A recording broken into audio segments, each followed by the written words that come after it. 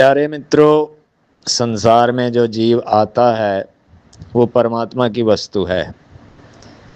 बस ये है कि वो माँ के गर्भ के रास्ते से आया है। कुछ अंडे में से निकलते हैं कुछ जीव दो भागों में बंट जाते हैं। 4-5 तरह से जन्म होता है जीव का। कोई गर्भ में से निकलता है, कोई अंडे में से निकलता है, कोई कहीं से भी निकले। कहने का मतलब ये है कि यह भगवान की वस्तु है। जब हम जीव को अपनी वस्तु मान लेते हैं तो हम दुखी होते हैं। जैसे कोई हमारे यहाँ कार खड़ी करके चला जाए 2-4 दिन के लिए और हम उसको देख के खुश होते रहें, महंगी कार है, बहुत बढ़िया कार है,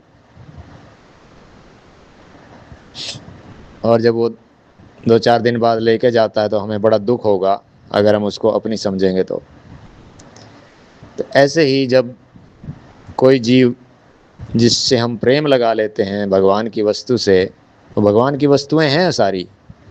जितने भी जीव हैं, कोई हमारा भाई है, पत्नी है, बेटा है, पड़ोसी है, रिश्तेदार है, ये सब भगवान की वस्तुएं हैं। लेकिन हम इनको अपना मान लेते हैं और जब ये मर जाते हैं तो हम उतने दुखी होते हैं।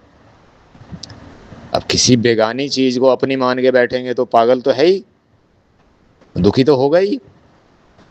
तो ये सब वस्तुएं भगवान की हैं। भगवान कहते हैं कि जन्म देना मेरा काम है, मारना मेरा काम है, मैं अपना काम करता हूँ, मेरी वस्तुएं हैं। इसमें तू बीच में कहाँ से आ गया अर्जुन? इसमें इंसान बीच में कहाँ से आ गया? मैं अपनी वस्तुओं के साथ कुछ भी कर रहा हूँ। अरे भाई, अगर हम अपने घर में कोई काम करते हैं और पड़ोसी कहने लगे कि नहीं ये काम ऐसे कर, ये ऐसे ऐसे नहीं करना, ऐसे कर, पागल नहीं है क्या? कोई मानेगा उसकी बात? पड़ोसी दुखी होने लगे खामखा। ऐसे ही भगवान अपना खेल खेल रहा है, जीवों के रूप में प्रकट होकर। उनकी उम्र लिखी है, वो अपना अपना जीवन चक्र चलाने के लिए आए हैं। जैसे हम अपना जीवन व्यापन कर रहे हैं, बिता रहे हैं, दुख सुख भोग रहे हैं, ऐसे ही वो भी भोगेंगे। वो आत्मा है, वो आई है पृथ्वी पर अभी, या जो कोई गई है तो वो गई है। तो हम क्यों दुखी हो रहे हैं बीच में? भैया हम कौन हैं? भगवान की वस्तु है, भगवान अपना खेल खेल रहा है। लेकिन हम कहते हैं नहीं मेरा। तो जैसे ही मेरा बोला तो फंस गया। अब सड़क पे से इतने लोग जाते हैं, हम किसी को मेरा नहीं बोलते। किसी की गाड़ी एक्सीडेंट हो जाए, कोई नीचे आके मर जाए, कुछ हो जाए, हमें क्या दुख होता है? कुछ नहीं। और जैसे ही मेरा बोल दिया किसी को, जैसे बेटी का रिश्ता ढूंढा, बेटा कोई लड़का मिला, तो अब वो मेरा हो गया। इससे पहले वो घूम रहा था मेरे आसपास ही, कोई मतलब नहीं था, चाहे मर जाए 100 बार मर जाए। लेकिन जैसे ही मेरा मान लिया, बस फंस गया। तो यह भगवान की वस्तुएं हैं।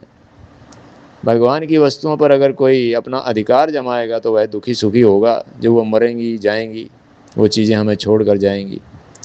यही सारा गीता का सार है। जिसने यह समझ लिया वो कभी दुखी सुखी हो नहीं सकता और वह परमात्मा का प्यारा बनकर उसके धाम जाएगा। तो इतनी समझदारी दिखाने की आवश्यकता है।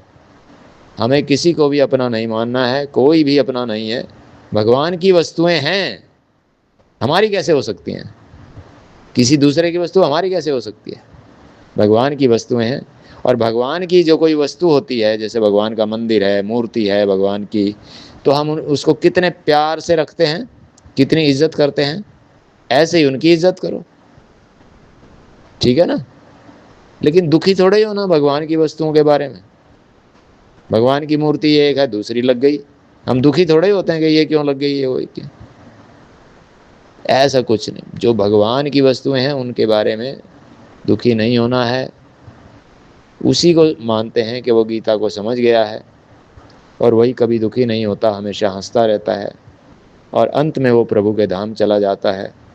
उसका फिर जन्म मरण नहीं होता, नहीं तो 84 लाख योनियों में भटकता रहता है। फिर वही कमाई धमाई, फिर वही जन्म लेना, दुखी होना, दुख, फिर वही हाथ टूटने, सिर फूटने, बीमारियां, बुढ़ापा, पता नहीं क्या क्या दुख भैया। कैसी कैसी बीमारियां, कैसे कैसे दुख। और जो इस चक्र से बाहर निकल गया, 84 लाख के चक्र से, वो कब निकलेगा? जब हम किसी भी चीज को अपना नहीं मानेंगे। बस सेवा करनी है, अपना नहीं मानना है। सेवा सबसे, जो प्रभु की चीज होती है उनकी सेवा कितनी करता है आदमी, कितनी पूजा, कितने आदर से, कितने प्यार से। तो वैसे ही करो भगवान की वस्तुओं की। जो हमारे बेटे, पुत्र, पुत्रियां, पत्नियों आदि के रूप में जो भगवान की वस्तुएं हैं, उनकी सेवा करो, लेकिन उन पर अधिकार मत जमाओ। जब वो मरेंगे, जब वो जाएंगे, तो हमें दुखी नहीं होना। वो भगवान की वस्तुएं हैं भाई। भगवान अपनी वस्तुओं को कभी रखे, उठाए, साफ करे, ले जाए, बदले कपड़े, बदले कुछ करे, हमें क्या मतलब। भगवान की वस्तुओं में हम अटका लगाएंगे तो भगवान हमारे पिछवाड़े पे लात मारेंगे, कुल्ली तोड़ देंगे गदा मार के। और यही होता है, हम दुखी सुखी होते रहते हैं ऐसे ही। महान दुख मिलते हैं, महान नरक मिलते हैं, बार बार जन्म लेते हैं। इस ऑडियो को दोबारा सुनो प्यारे मित्रों, बात समझ में आएगी। कोई हमारी पत्नी के गर्भ में से आया तो वो हमारा हो गया। कोई हमारी माता के गर्भ में से आया तो वो हमारा हो गया। कोई हमारी बेटी के गर्भ में से आया, वो हमारा हो गया। अरे तुम्हारा कैसे हो गया भैया? कोई दूसरे देश का जहाज चलाने वाला हमारे देश में से होके गुजर जाएगा तो वो जहाज हमारा हो जाएगा क्या? ये भगवान का अपने जन्म दे रहा है। कोई पौधों में से होके जन्म दे रहा है प्राणियों को, कोई जानवरों में से दे रहा है, कोई आपकी माता के गर्भ में से दे रहा है, कोई बेटी के गर्भ में से दे रहा है, कोई पत्नी के गर्भ में से। ये भगवान अपनी वस्तुओं को जन्म दे रहा है, उसकी वस्तु है। ये शरीर हमारा नहीं है भैया। अगर ये शरीर भी हमारा होता तो हम इसको साथ ना ले जाते, छोड़ते हम इसको? अरे भैया, अपनी जमीन जायदाद कोई भी छोड़ नहीं सकता। अगर वो साथ ले जा सकता है तो ले ही नहीं जा सकता साथ में। नहीं तो अगर साथ में ले जा सकता तो सबको ले जाएगा। बड़ी मेहनत से कमाई है, मेरी है, लेकिन लेके नहीं जा सकता। अपने शरीर को भी लेके नहीं जा सकता, क्योंकि ये अपना नहीं है। बस ये काम चलाने के लिए था, 70 साल के लिए, 80 साल के लिए। ये अपना नहीं है, यहीं छोड़ के जाना पड़ेगा। परमात्मा की वस्तु है ये सारी। वो कहीं इनका कुछ भी करे, तुम्हारे मतलब की नहीं है, तो तुम नहीं इनको टच कर सकते। अगर तुम इनको अपना मानोगे तो दुखी होते चले जाओगे। और सबसे बड़े दुख का कारण यही है बस संसार में। नहीं तो आदमी दुखी हो ही ना कभी भी।